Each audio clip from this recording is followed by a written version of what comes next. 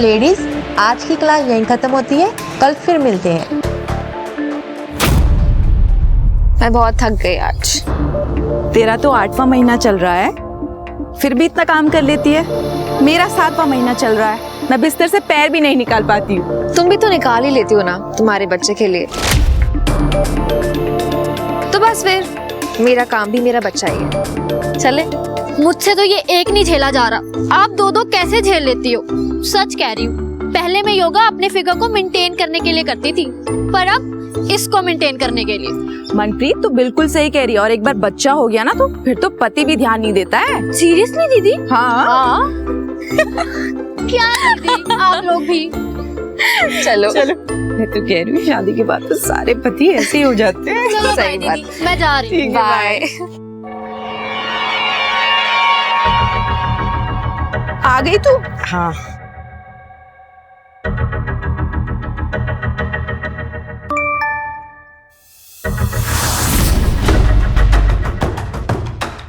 अंजू, हाँ? क्या हुआ? कोई टेंशन है? नहीं, कुछ भी नहीं।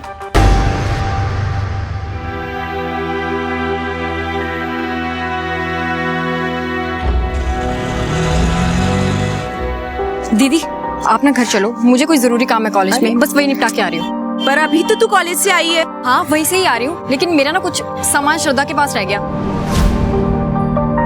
बस वही लेने जाना इम्पोर्टेंट है। Bye bye bye. अरे जल्दी आना, तुझे पता है ना मेरे ससुराल वालों को देर से आना पसंद नहीं है। कहाँ जा रही है पता नहीं।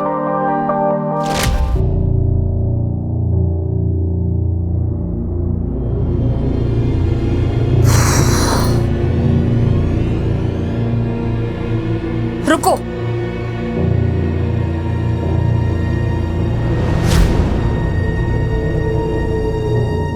ये क्या है?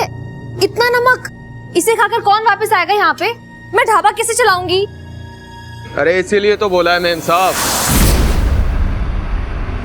बंद कर दीजिए ये ढाबा। अरे औरतों के बस का नहीं है ये ढाबा बाबा चलाना। बग्गा, तुम यहाँ क्या कर रहे हो? अरे मैडम, कब समझोगे आप? मैडम, दाल में नमक और आदमी में गुस्सा, अगर दोनों ज्यादा हो जाए ना तो स्वाद खराब कर देते हैं। आप बेच क्यों नहीं देती हमें? अरे सबको पता है आप कितना नुकसान उठाती हो। ऐसा है, अपने बाप लोगों से जाके कह दो कि उनकी औकात नहीं है अंजू का ढाबा खरीदने की, और ना तेरी औकात है मुझे डरा सकने की। आई समझ में?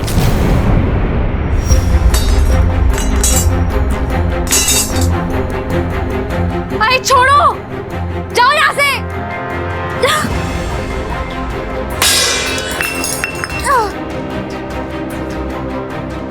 निकलो यहाँ से, चलो निकलो यहाँ से अभी के अभी। हट जाओ। देख लग जाएगी। जाओ यहाँ से, चलो निकलो, हट जाओ, दोबारा मत आना। चलो निकलो, इसे बाद में देख लेंगे। चलो चलो।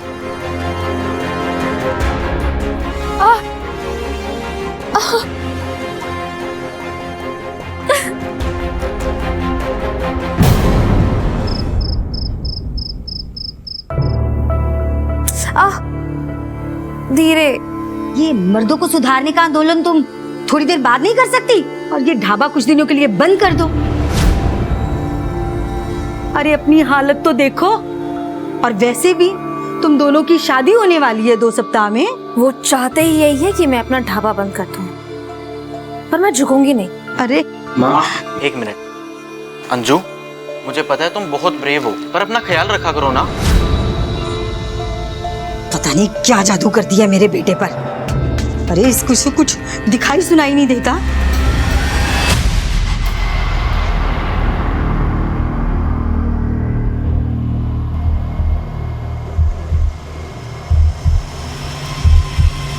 रेडीमेड बच्चों की दुकान, अंजू का मकान। शादी की कोई गारंटी नहीं, पर मजा पूरा। किसने लिखा ये? हाँ, किसने फेंका बताओ? किसने लिखा? आओ सामने, दिखाओ अपनी शक्ल। आओ ना। छोड़ो, जाने दो ना। तुम क्यों बेकार में अपना फोन चला रही हो? जाने दो। अरे भगवान से डरो तुम लोग। जिस दिन सामने आ गए ना, छोड़ूंगी नहीं मैं, बता रही हूँ मैं। छोड़ो, कोई नहीं। आओ ना सामने। अंजू, अंदर छोड़ूंगी नहीं मैं तुमको। चलो।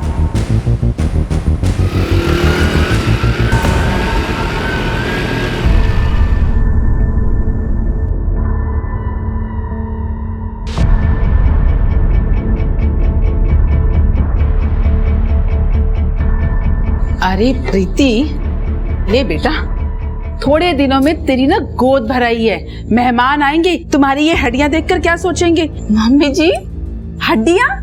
मेरा 10 किलो वजन बढ़ गया है 2 महीने में। चुप कर, ऐसे नहीं बोलते। कौन था वो? कॉलेज का फ्रेंड था। फ्रेंड था या बॉयफ्रेंड था? जो ऐसे गली में चिपक के बात कर रही थी उसने। तुम्हें जरा सा भी अंदाजा है कि तुम्हारी इन हरकतों की वजह से ना हम सबकी इज्जत पे क्या असर पड़ता है? ओ प्लीज, इज्जत का लेक्चर ना आप लोग तो मुझे मत ही दो, क्योंकि अगर मैंने अपना मुंह खोला ना तो बहुत बुरा लगेगा।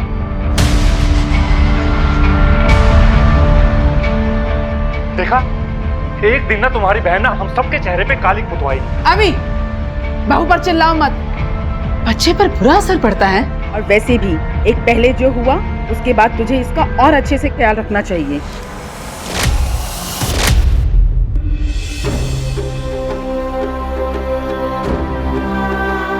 तुम्हारी लापरवाही की वजह से मेरे पोते को पैदा होने से पहले ही मार दिया। माँ प्लीज, देखिए उसकी तबीयत ठीक नहीं है, ये सही वक्त नहीं ये सब बातें करने का। तो कब होगा सही वक्त?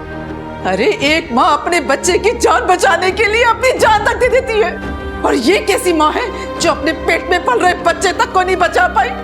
कैसी माँ है ये?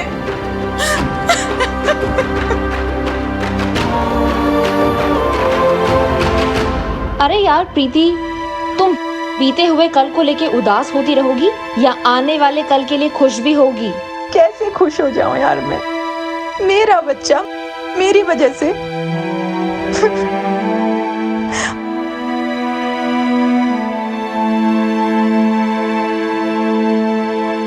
अगर तुम नहीं होती तो क्या होता मेरा? मैं यही हूँ और आने वाले 40-50 साल के लिए भी यही हूँ। झेलने के लिए तैयार है ना मुझे?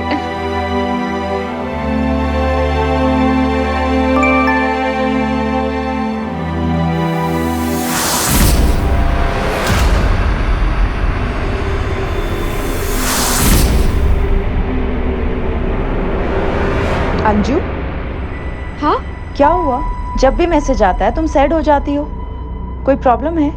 ऐसा कुछ भी नहीं है। चुपचाप से मुझे बता दो क्या प्रॉब्लम है तुम्हें। आज तो तुम्हें बताना ही पड़ेगा। क्या है ना यार प्रीति, पैसों का बहुत टेंशन है। ढाबे के खर्चे बहुत बढ़ गए हैं और मेरी सासू माँ, उनको शादी धूमधाम से करवानी है। कैसे होगा सब? कहाँ से लाऊंगी मैं इतने पैसे? और मैंने तुम्हें इसलिए नहीं बोला क्योंकि तुम्हारी अपनी बहुत परेशानी है और मैं और नहीं देना चाहती। तुम कैसी बात कर रही हो? मेरी टेंशन लेने के लिए मेरा पति है ना, और तुम्हारी टेंशन लेने के लिए मैं हूँ। जल्दी से बताओ कितने पैसे चाहिए तुम्हें? बस, तुम्हें क्या लगता है कि पैसे पेट पे उगते हैं जो तुम पर और तुम्हारी फालतू की सहेलियों पर खर्च करूं मैं? मैंने तुमसे कभी कुछ मांगा है पहले? उल्टा मैंने तुम्हारे लिए इतना कुछ झेला है। झेलना होता क्या पता भी है तुमको? प्रेग्नेंट तुम नहीं हो पा रही थी, अपनी बहन को यहाँ मेरे सर पे चढ़ा के रखा हुआ है, और इन सब के बावजूद तुम चाहते हो कि मैं तुम्हारा एहसान मानूं? हाँ, एक फूटी कोड़ी नहीं दूंगा तुम्हें। ये बात ना अपने दिमाग में बिठा लो।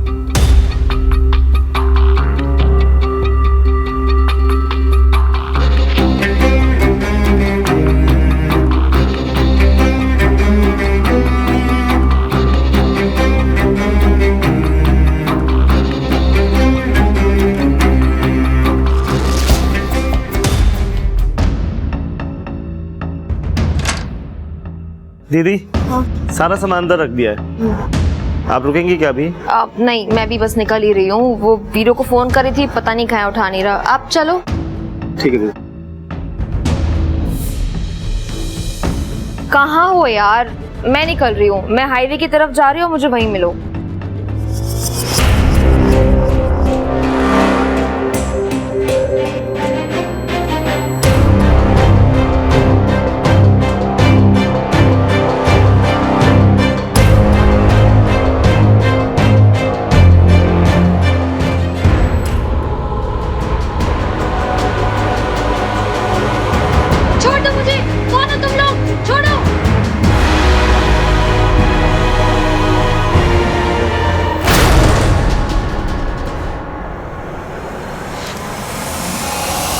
रितु, जब मैं घर से जा रही तो तुम यहाँ रहकर क्या करोगी? क्यों? मेरा कॉलेज है, यहाँ दोस्त हैं, और भी बहुत कुछ है मेरे पास करने को। आपको जाना है तो जाओ, मैं यहीं रुकूंगी। प्रीति, तुम भी यहीं रुको। ये लड़की अकेली यहाँ नहीं रहेगी। कौन करेगा इसकी सेवा? खुद से तो ये एक गिलास पानी भी नहीं उठा सकती। मम्मी जी, मुझे मायके जाना है, मेरा मन नहीं लग रहा है यहाँ पर। अभी माँ प्लीज, अगर वो नहीं रुकना चाहती ना, उसके साथ जबरदस्ती करके कोई फायदा नहीं है। अभी या तो ये दोनों बहनें यहाँ रहेंगी या दोनों ही जाएंगी। मैंने कह दिया, बस कह दिया।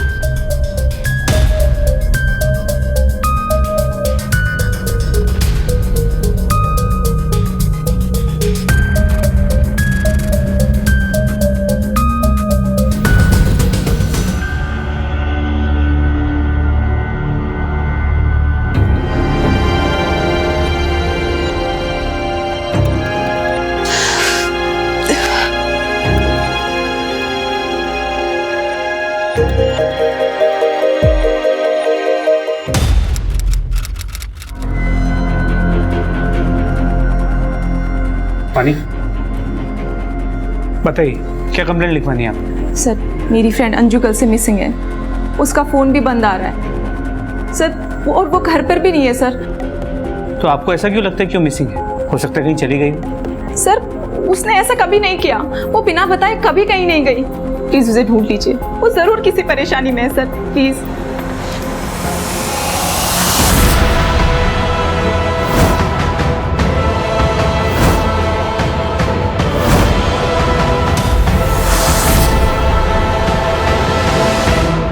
अरे यार, क्या फर्क पड़ता है?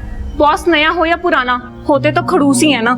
कम से कम पुराने वाले की आदत तो थी, नए वाले की वापस से आदत डालनी पड़ेगी। ओ बाय द वे, शर्मा कह रहा था बहुत डिमांडिंग है ये। वो तो मैं हूँ। अगर नहीं होगा तो ऑफिस आवर्स में ऐसे ही गॉसिप चलती रहेंगी। So I'm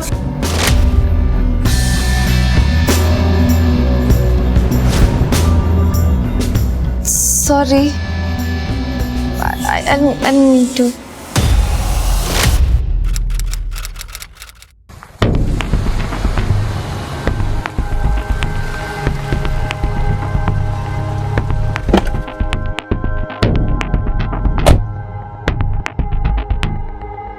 सर, दरवाजा तोड़ दीजिए। मैं आपको परमिशन दे रही हूँ। आपको खुद पता चल जाएगा वो रात को घर आई थी या नहीं। आप इतनी परेशान क्यों? अंजू का परिवार नहीं है, उन्हें उसकी परवाह नहीं है। सर, उसकी कोई फैमिली नहीं है सिवाय उसके मंगेतर वीरू के, और मुझे नहीं पता वो कहाँ है और अंजू को क्यों नहीं ढूंढ रहा है। देखिए, वो जो कुछ भी है, हम ऐसे ताला नहीं तोड़ सकते। सर, क्या हुआ यहाँ पे? आप लोग?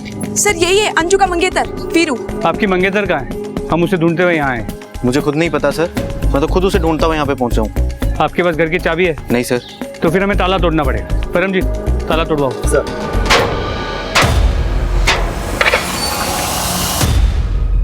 परम जी। जी सर। घर चेक करो। आखिरी बार कब बात हुई थी अंजू से? कल दिन में अंजू के ढाबे पर ही उससे मिला था मैं। उसके बाद बात ही नहीं हुई? सर, अब कॉलेज में थोड़ी ना पढ़ते हैं कि हर टाइम फोन पर लगे रहें। और 2 दिन में शादी है हमारी सर। उसकी शॉपिंग के लिए हम शाम को मिलने वाले थे। मैंने जब फोन ट्राई किया तो उसका फोन नहीं मिला सर, बंद था। तो मुझे लगा शायद वो चार्ज करना भूल गई, इसलिए बंद है। और मैं भी थका हुआ था सर, इसलिए मैं सीधा घर जाकर सो गया।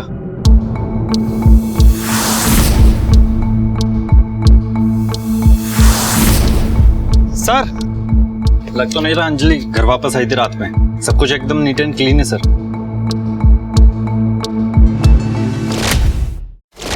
सिंह, 2 दिन में इस लड़की की शादी होने वाली थी, कुछ दिन में मां भी बनने वाली थी, ढाबा चला रही थी सो अलग। कुछ फिट नहीं बैठ रही ये बात। सब कुछ तो इसकी लाइफ में ठीक चल रहा था, फिर ऐसे ही बिना किसी को बताए कहीं चली गई, पॉसिबल नहीं है। सर, उसकी मोबाइल की लोकेशन रिकॉर्ड मंगवा ली है। उसकी लास्ट लोकेशन से शायद कुछ पता चल जाए। जब तक सेल की लोकेशन नहीं आती, ढाबे पर पता करो। आखिरी बार वो वहीं से निकली थी जब गायब हुई। सर, कुछ बताया था कहाँ जा रही है? सर, मैंने पूछा तो नहीं, लेकिन दीदी बहुत जल्दी में थी। क्या ढाबे पे कोई प्रॉब्लम, कोई मसला या कुछ आसपास? सर, वो एक बग्गा नाम का आदमी दीदी को बहुत परेशान करता था। तो ये बग्गा कल यहाँ ढाबे पे आया था या कहीं आसपास दिखा था? सर, अंजू की लास्ट लोकेशन मिल गई है, यहाँ से निकलने के बाद की।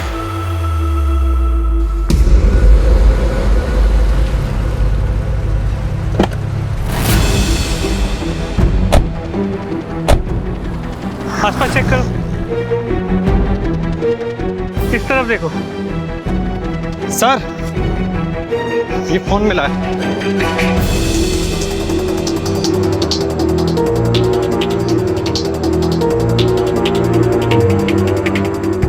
सर ये अंजू का केस काफी कॉम्प्लिकेटेड हो गया है। हाईवे के बाद झाड़ियों में उसका फोन मिला है, टूटा हुआ है सर। ठीक है सर, हम आसपास पूछताछ करते हैं।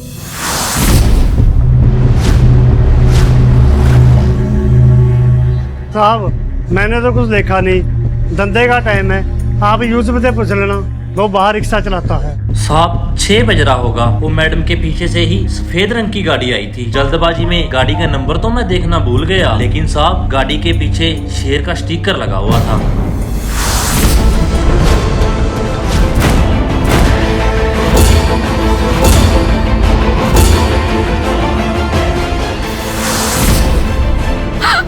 प्लीज मुझे छोड़ दो, प्लीज वो डॉक्टर के पास ले चलो, बहुत दर्द हो रहा है।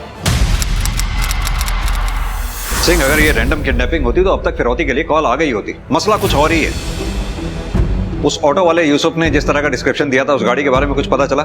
Any CCTV footage? सर वो एरिया काफी आउटर में, वहाँ कोई सीसीटीवी कैमरा नहीं मिला। सबसे करीब का सीसीटीवी कैमरा 3 किलोमीटर दूर हाईवे पे। सर अंजू का मंगेतर वीरू आ गया है। सर अंजू के पति की डेथ हो चुकी है सर, एक एक्सीडेंट में 8 महीने पहले, और बच्चा भी अंजू के पहले पति से ही है। फिर भी अंजू से शादी करने जा रहे थे? सर प्यार दिमाग से नहीं, दिल से किया जाता है। जब मैं पहली बार अंजू से मिला उसके ढाबे पर और मैंने अपने दिल की बात उससे कही, तो सर उसने सबसे पहले अपने पति के बारे में ही मुझे बताया था, और उस दिन से ही अंजू का बच्चा मेरा बच्चा हो गया सर।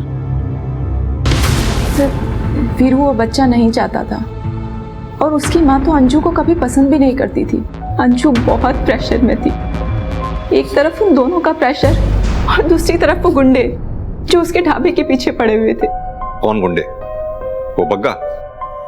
सर नाम तो नहीं बताया उसने कभी मुझे, लेकिन उसके ढाबे की वजह से आसपास के सारे ढाबे वालों का नुकसान हो रहा था। सर अंजू एक औरत है और आसपास के सारे ढाबे वाले उसके साथ जबरदस्ती करके उसका ढाबा बंद कराना चाह रहे थे, और शायद उसे धमकियां भी आ रही थी। अंजू ने आपको तो उन धमकी भरे मैसेजेस के बारे में जरूर बताया होगा। किसके आते थे? 1-2 बार पूछा था मैंने उससे सर, लेकिन कभी ज्यादा जोर नहीं डाला। अंजू क्या हुआ, कोई टेंशन है? नहीं, कुछ भी नहीं। मुझे लगा वो टाइम आने पर मुझे खुद बता देगी, लेकिन मुझे क्या पता था कि वो टाइम कभी आएगा ही नहीं। प्रीति जी, कहीं आप हमें कहानी तो नहीं सुना रही हैं कोई? आपको अंजू के बारे में सब बातें पता है, उसके घर के बारे में, पति के बारे में, उसको धमकी भरे मैसेजेस आते थे वो भी आपको पता है, लेकिन सब आधी अधूरी। कि हमें धुआं भी दिखाई दे और आग के बारे में पता भी ना चले। सर ऐसा कुछ नहीं है, मुझे बस उसकी चिंता हो रही है।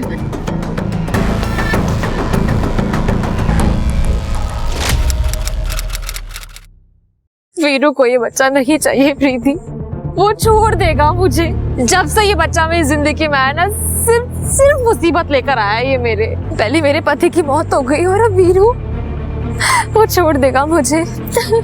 अंजू देखो सुनो, बच्चे भगवान का रूप होते हैं, तुम सब्र रखो, सब कुछ ठीक हो जाएगा। कुछ ठीक नहीं होगा जब तक ये जिंदा है। मेरे बच्चे को मत मारो।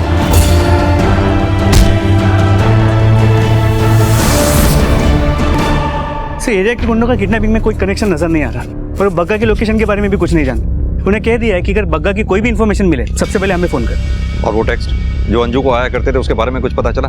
सर वो एक अनरजिस्टर्ड नंबर से आते थे, वो सिम किसने खरीदा था इसका पता लगा रहे हैं। हेलो, ठीक है सर, हाईवे पेट्रोल टीम को एक सस्पिशियस गाड़ी नजर आई है खानपुर एरिया में।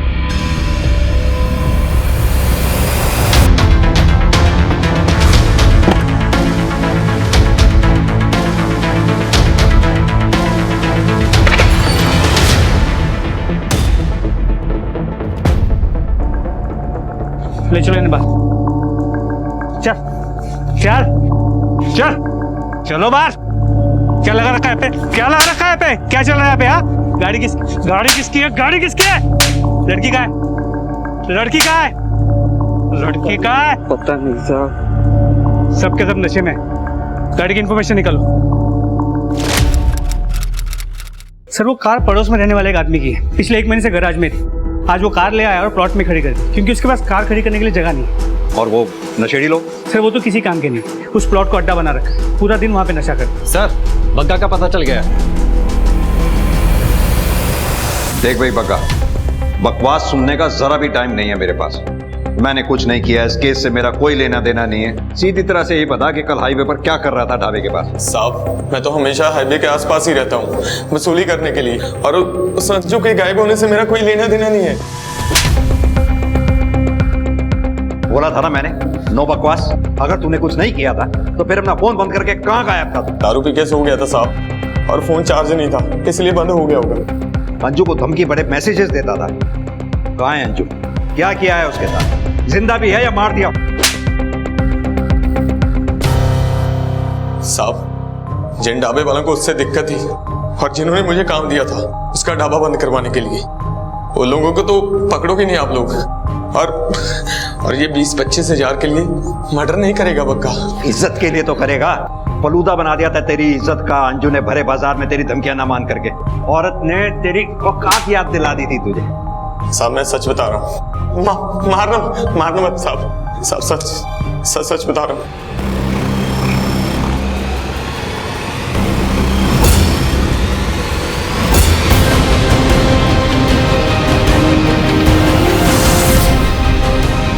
कौन है वहां पे? रुक, कौन है वहां? कौन है?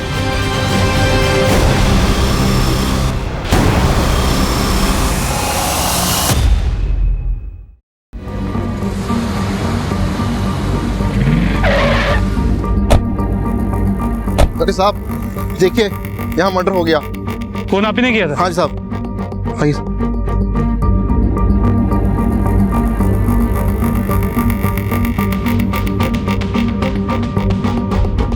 बॉडी को चेक करो। जी सर। देखो ये क्या है?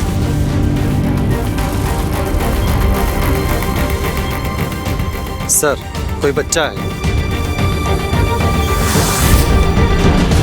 कटकाठी और हुलिये से ये अंजू लग रही है, तो ये बच्चा भी अंजू का हो सकता है।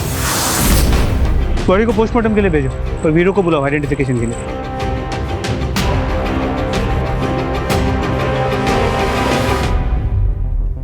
बॉडी को सबसे पहले आपने देखा था? जी साहब। क्या देखा था? साहब ये मेरे खेत हैं, रोज मैं यहाँ पे चक्कर लगाने के लिए आता हूँ। कल जैसे ही मैं यहाँ से वापस जाने लगा, मुझे एक हलचल सुनाई दी। मैंने पीछे मुड़कर देखा तो एक आदमी बड़ी तेजी से यहाँ से भाग रहा था, लेकिन मैं ठीक ठाक से देख नहीं पाया। किस तरफ गया? किस तरफ साहब? अभी अंजू का मेरे सिवाय कोई नहीं है, वो वीरू भी नहीं। मैं नहीं करूंगी तो कौन करेगा उसके लिए? देखो कोई करे या ना करे वो हमारी प्रॉब्लम नहीं है, और तुम्हारी इस भाग दौड़ की वजह से ना मैं तुम्हें और अपने बच्चे की जान को खतरे में नहीं डाल सकता। पिछली बार की तरह ना तुम्हें अपने बच्चे की जान नहीं लेने दूंगा।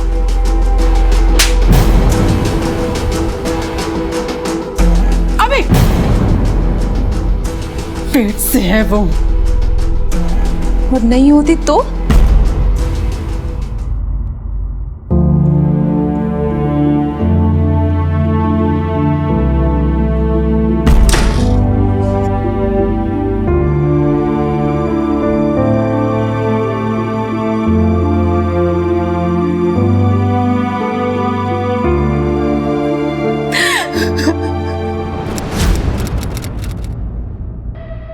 अरे देख अभी कितनी सुंदर सुंदर लड़कियां हैं, बता कौन सी पसंद है तुझे इसमें? अरे देख ना। और इसके लिए तो बता रहे थे बहुत अच्छे पैसे देंगे। ये क्या हो रहा है अभी? अभी क्या बताएगा, मैं बताती हूँ। दूसरी शादी कर रही हूँ इसकी। तुम तो मुझे पोता दोगी नहीं, तुम क्या चाहती हो, मैं बिना पोते का मुंह देखे ही मर जाऊं? अभी दूसरी शादी? सच में? तुम मेरे साथ ऐसा कैसे कर सकते हो? अभी तुम जानते हो कि मुझ में कोई प्रॉब्लम नहीं है। अभी प्लीज मेरे साथ ऐसा मत करो, मैं फिर से प्रेग्नेंट हो जाऊंगी। तुम जानते हो कि कितना स्ट्रेस है मेरे ऊपर। अभी देखो ना मेरी तरफ प्लीज।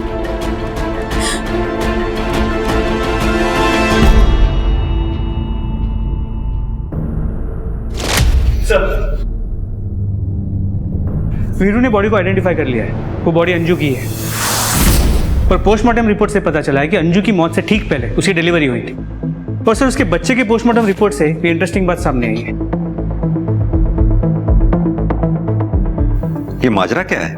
अंजू को पत्थर से कुचल के मारा गया, लेकिन उसके बच्चे को नहीं। सिंह, ना तो हम अंजू को बचा पाए और ना ही उसके बच्चे को। अब कम से कम उसके किलर को पकड़ ले तो अंजू को इंसाफ मिलेगा। एक काम करो, अंजू को सारे कॉन्टैक्ट्स के बैकग्राउंड में जाओ, छोटी से छोटी चीज का पता लगाओ। और ये उस अनरजिस्टर्ड नंबर की कुछ डिटेल्स आई हैं जिससे अंजू को टेक्स्ट किया जाता था। गुड़गांव की एक मोबाइल शॉप से 8 महीने पहले ये वहां से खरीदा गया था। गुड़गांव पुलिस को इन्फॉर्म करके इस दुकानदार से इस नंबर की डिटेल्स निकल लो। तब तक मैं रितु से बात करके आता। प्रीति की बहन रितु?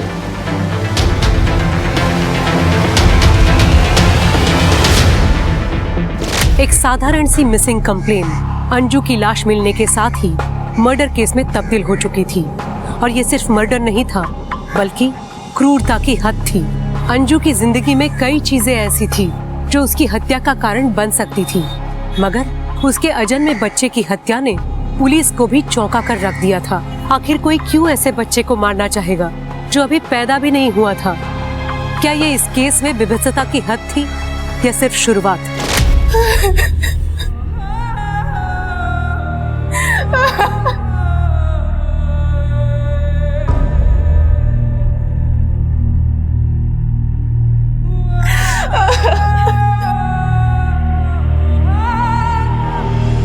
मुझे कुछ टाइम अंजू के साथ अकेला चाहिए, उसके जाने से पहले।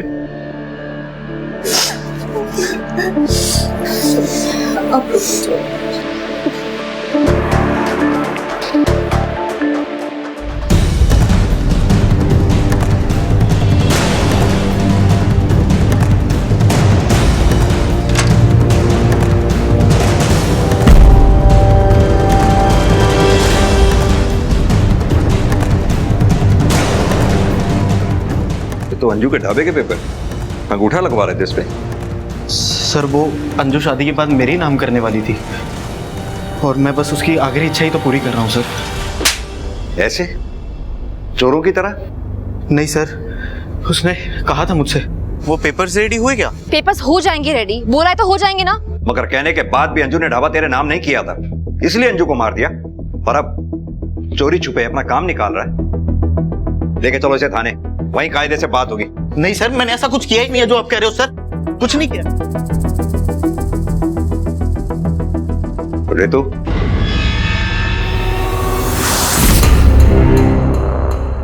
मैंने अंजू को टेक्स्ट किया था, लेकिन उसने कोई रिप्लाई ही नहीं दिया। क्यों टेक्स्ट किया था? वो भी उस दिन जिस दिन अंजू के साथ ये हादसा हुआ? सर एक्चुअली मैं प्रीति से अलग अपने रेंट पे रहने का सोच रही थी, ताकि मेरी वजह से उसे और उसके ससुराल वालों को भी कोई प्रॉब्लम ना हो। और अगर अंजू के ढाबे पर काम मिल जाता तो मेरा रेंट निकल जाता। ठीक है, अभी तो तुम जाओ, जरूरत पड़ी तो फिर पूछताछ करें। ठीक है सर।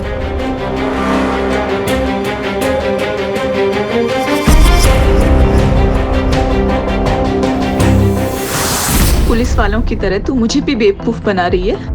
सच सच बताओ क्या चल रहा है तुम्हारे मन में? यही बात मैं भी तुम्हारे बारे में बोल सकती हूँ, तुम्हारे और अंजू के बारे में। कुछ तो खिचड़ी पका रही थी तुम दोनों।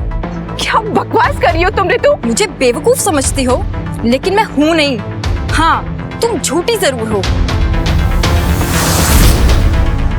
बहुत हो गया तुम्हारा, हद में रहो अपनी प्रीति, वरना हाथ उठाना मुझे भी आता है। तेरे जैसी बहन से दुश्मन अच्छे।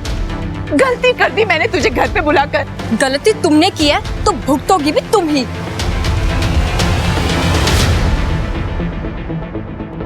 सर ये सही है कि मुझसे गलती हुई है सर ढाबे को लेकर, लेकिन मैं सच में अंजू से शादी करना चाहता था सर, और हमारी शादी से ही तो परेशानी थी सर सब लोगों को। किन लोगों को? किसने लिखा था वो नोट? सर पक्का तो नहीं कह सकता, लेकिन हाँ 4-5 लोग थे अंजू के मोहल्ले में जिन्होंने 2 महीने पहले तमाशा किया था। उनमें से कोई भी हो सकता है सर।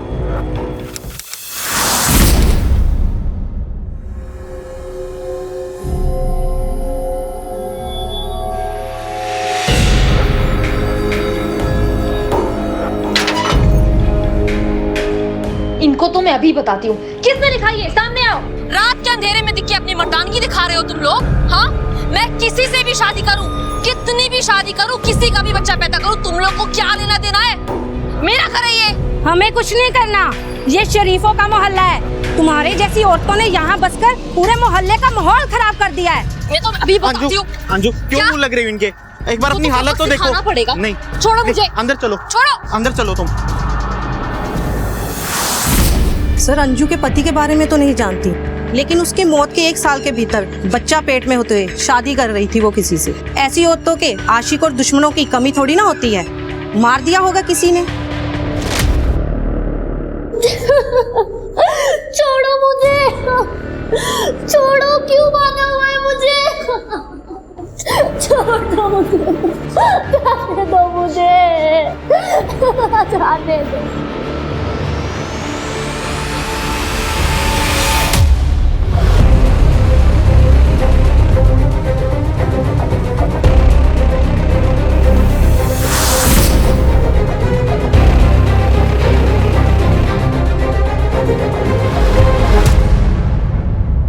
बॉडी को पोस्टमार्टम के लिए भेज दो और फोटो निकाल के आसपास के पुलिस स्टेशन में सर्कुलेट करो। देखो कोई मिसिंग कंप्लेंट फाइल हुई है क्या? जी सर।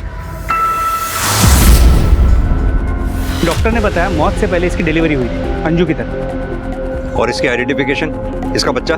सर अब तक कुछ भी पता नहीं चल पाया। सर अंजू यहाँ आने से पहले गुड़गांव में रहती थी। हमारी लोकल पुलिस उसके एड्रेस पर पहुंची तो पता चला कि उसकी शादी नहीं हुई थी सर। और सर पति के मौत की कहानी उसने झूठी बनाई थी सर। वो सिम भी तो गुड़गांव की मोबाइल शॉप से इशू हुआ था ना, जिससे अंजू को टैक्स आया करते थे। जी सर, लोकल पुलिस ने दुकानदार से पूछताछ की थी सिम के बारे में। वहां से पता चला कि सर विशाल खरबंदा के नाम से सिम इशू कराई गई थी। विशाल खरबंदा? ये विशाल खरबंदा कौन है? तो आप थे अंजू के बॉस? जी। उसे धमकी भरे मैसेजेस क्यों भेजते थे आप? सर मैं उसे मैसेजेस जरूर भेज रहा था, बट उसे मिलने के लिए। और क्यों बुलाना चाहते थे उसे? सर वो मुझे ब्लैकमेल कर रही थी, मुझसे और पैसे चाहती थी। मैं उसे ऑलरेडी 10 लाख दे चुका था ढाबा खोलने के लिए। ऐसा क्या रीजन था अंजू के पास जो तुम्हें ब्लैकमेल कर रही थी? दूर हटो मुझसे। तुमने मुझे बताया क्यों नहीं कि तुम ऑलरेडी शादीशुदा हो? सुनो मेरी बात, तुम्हारा तलाक कल हो या आज हो, मुझे उससे कोई फर्क नहीं पड़ता। मैं तुम्हारे बच्चे की माँ बनने वाली हूँ और तुम पीछे हट रहे हो। अंजू फॉर गॉड सेक धीरे बोलो, बाहर ऑफिस। I don't care, सुनने दो सबको। You know what? अगर तुमने मेरे और मेरे बच्चे का फ्यूचर सिक्योर नहीं किया ना, इस ऑफिस में तो क्या पूरी दुनिया में बता दूंगी मैं कि ये बच्चा तुम्हारा है। अंजू। विशाल से ब्लैकमेलिंग, वीरू से झूठ बोलकर शादी। इस अंजू का भी पता नहीं किस किस से क्या झूठ बोला हो। एक काम करो सिंह, इस विशाल के लिए भाई चेक करो, पता करो मर्डर वाले दिन ये जलंधर में था या नहीं। सर विशाल का अंजू के साथ कनेक्शन था, लेकिन उस दूसरी औरत से। सिंह फिलहाल तो किसी भी पॉसिबिलिटी को रूल आउट नहीं किया जा सकता है जब तक कि सच सामने ना आ जाए। सर उस दूसरी औरत का सच सामने आ गया, उसे आइडेंटिफाई कर लिया गया। उसका नाम मनप्रीत कौर। सर 3 दिन से गायब थी मनप्रीत कौर। उसके हस्बैंड ने हमारे थाने में मिसिंग रिपोर्ट भी लिखवाई थी। ये देखिए सर, वो 9 मंथ से प्रेग्नेंट भी थी। हम उसके बच्चे को ढूंढने की कोशिश कर रहे हैं, लेकिन अभी तक कुछ पता नहीं चला सर। गुरुवार की सुबह मॉडर्न योगा क्लास के लिए निकली थी, देर रात तक घर नहीं आई तो परिवार वालों ने ढूंढना शुरू किया। अंजू भी तो इसी योगा क्लास में जाया करती थी ना, मॉडर्न योगा क्लास। बीना जी, मनप्रीत और अंजू दोनों आपके यहाँ योगा क्लासेस लेती थी, दोनों एक ही बैच में थी और दोनों के बीच का कनेक्शन थी आप। आपको ये कनेक्शन कभी दिखा नहीं? नहीं सर, नहीं दिखा। और मुझे तो मनप्रीत के बारे में ऐसा कुछ पता भी नहीं था। मुझे लगा 9th मंथ पूरे हो चुके हैं, उसकी डिलीवरी हो चुकी होगी, इसीलिए वो क्लास में नहीं आती। बीना जी, आपको छुपा तो नहीं रही है ना हमसे, क्योंकि मनप्रीत के बच्चे की जिंदगी का सवाल है। नहीं सर, इसमें छुपाने वाली कौन सी बात है?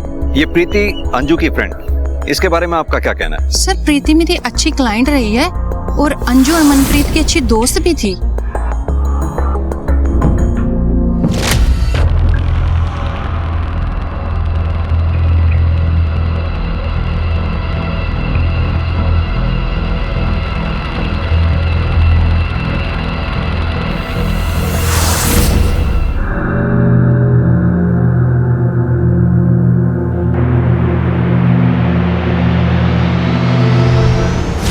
सर सुबह योगा क्लास के लिए गई थी, उसके बाद ना कोई खबर है ना कोई फोन मिल रहा है, पता नहीं कहाँ पे गई है सर वो।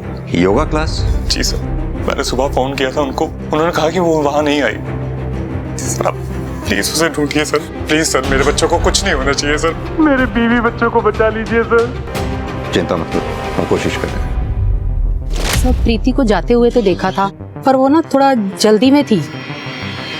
सर ये खूब लड़ते झगड़ते थे, इनके घर में से आवाजें आती थी। कुछ दिन पहले की बात है, प्रीति और रीतू को मैंने आपस में लड़ते हुए देखा। सर कहना तो नहीं चाहिए, पर मुझे लगता है कि रीतू और अभी के बीच में कुछ ना कुछ जरूर चल रहा है। सर ये बकवास किसने कर दिया आपको? ऐसा लग नहीं रहा तुम्हारी बॉडी लैंग्वेज देखकर कि ये सब बकवास है। अभी तुम्हारे बीवी और बच्चे की जान खतरे में है। अब तुम डिसाइड करो तुम्हें टाइम पास करना है या सब कुछ सच सच बताना है। जी सर, ऋतु और मेरा अफेयर चल रहा था, लेकिन सर इन सब के बावजूद ना मैं प्रीति से बहुत प्यार करता हूँ। ये अजीब प्यार है तुम्हारा अपनी बीवी के लिए कि उसी की बहन के साथ तुम अफेयर भी कर रहे हो। प्रीति ये सब जानती थी, इनफैक्ट उसी ने ये सब करने के लिए कहा था।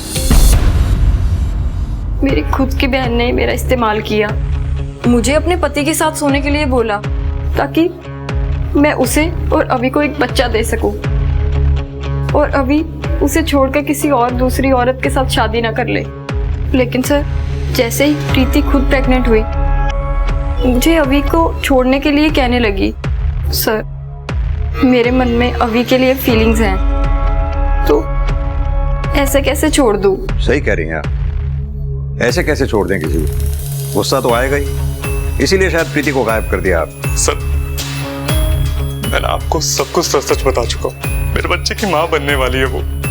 एक बच्चा ना मैं पहले खो चुका हूँ, अब दूसरा नहीं खो सकता सर। प्लीज उसे ढूंढिए सर, देखिए प्लीज उसे ढूंढिए सर। एक मिनट, बच्चा खो चुका हूँ मतलब?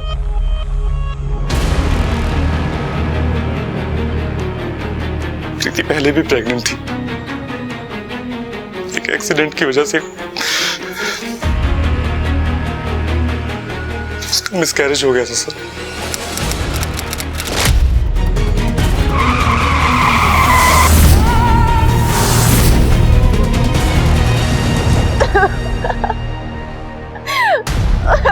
छोड़ दो मुझे, छोड़ दो, छोड़ दो।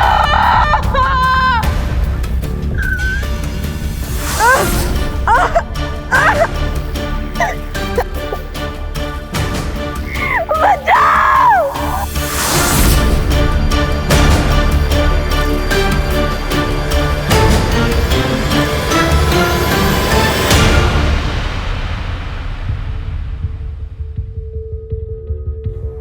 मेरी किस्मत में नहीं है कि अपने बच्चे का मुंह देख पाऊं। ऐसा क्यों बोल रहा है बेटा? भगवान पे भरोसा रख, मेरा बच्चा जिंदा भी हो गया। अभी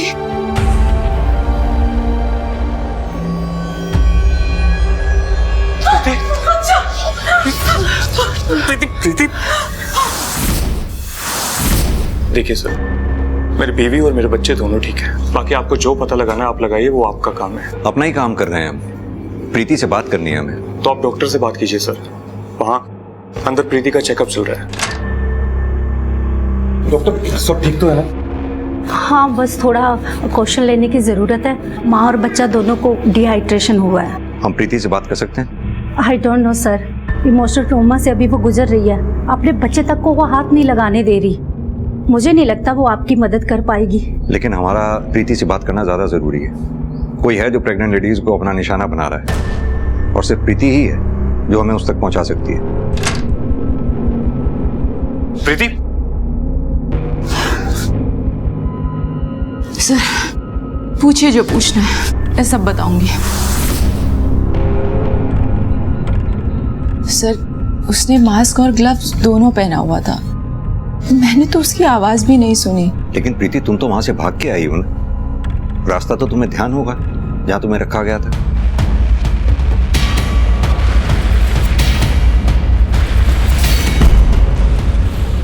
परमजीत, फोरेंसिक टीम को बुलाओ। तीनों विक्टिम्स के सर्कमस्टेंसेस अलग, तीनों के प्रॉब्लम्स अलग, एक्सेप्ट कि वो तीनों ही प्रेग्नेंट थी। सर, उस रूम से मिले प्रीति के ब्लड की लैब रिपोर्ट आ गई सर, आपको देखनी चाहिए सर।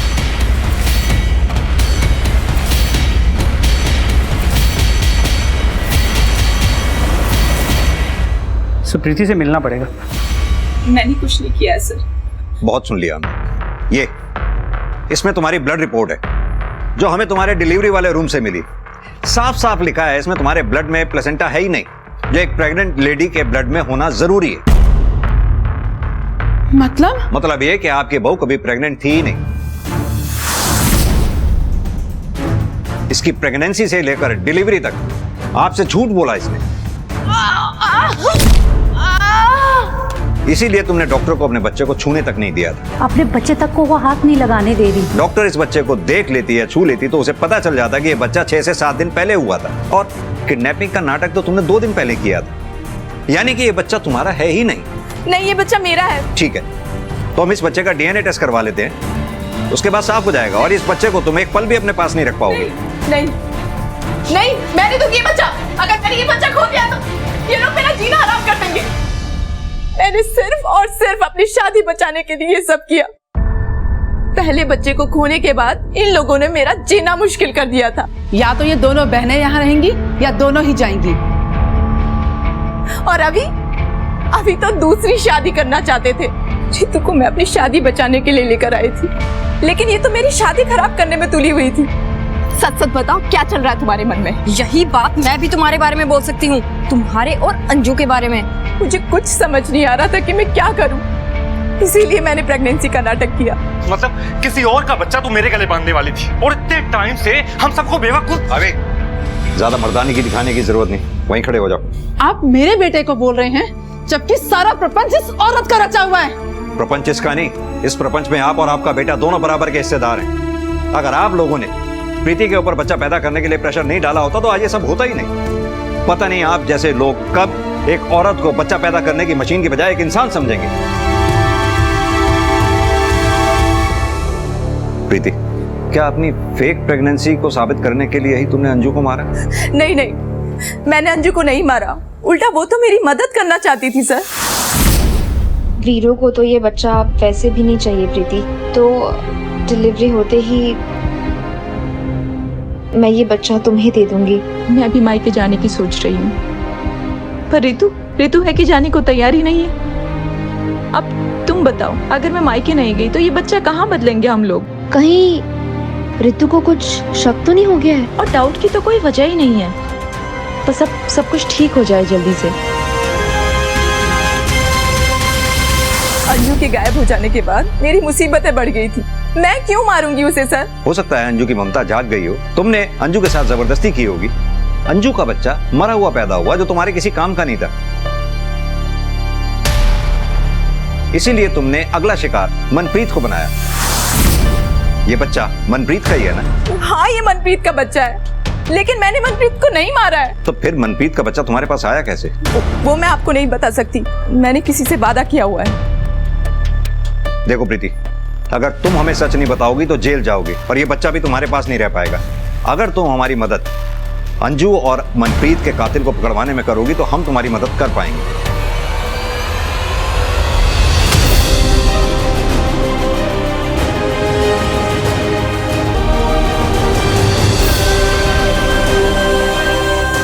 कौन हो तुम?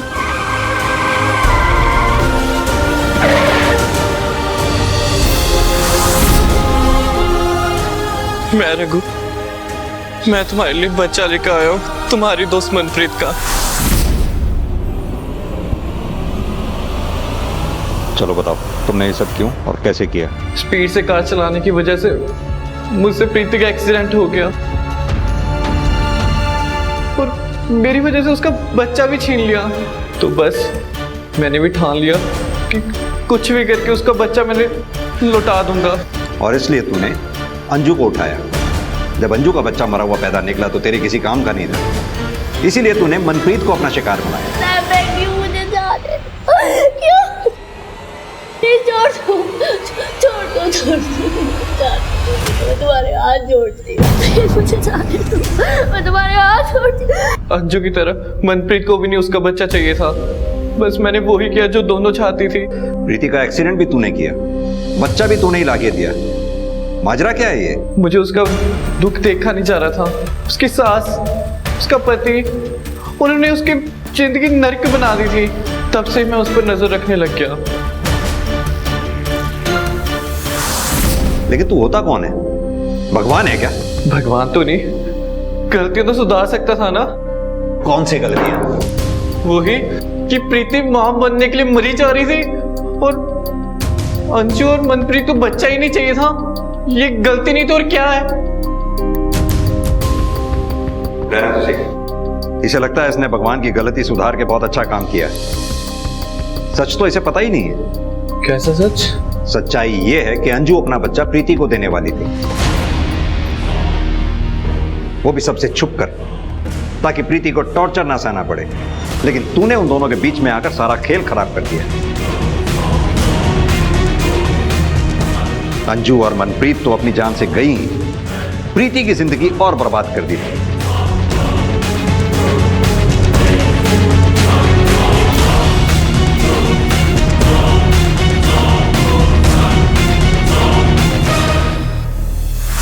रघु के एक तरफा प्यार ने कई जिंदगियों को समय खत्म जरूर कर दिया था, मगर इस केस की पृष्ठभूमि हमारे समाज ने ही तैयार की थी। ऐसा समाज जो औरतों से सिर्फ परफेक्शन की उम्मीद करता है, मगर मां ना बन पाने का जो अपराध बोध एक औरत के अंदर पैदा किया जाता है, जो कि उसे तोड़ कर रख देता है।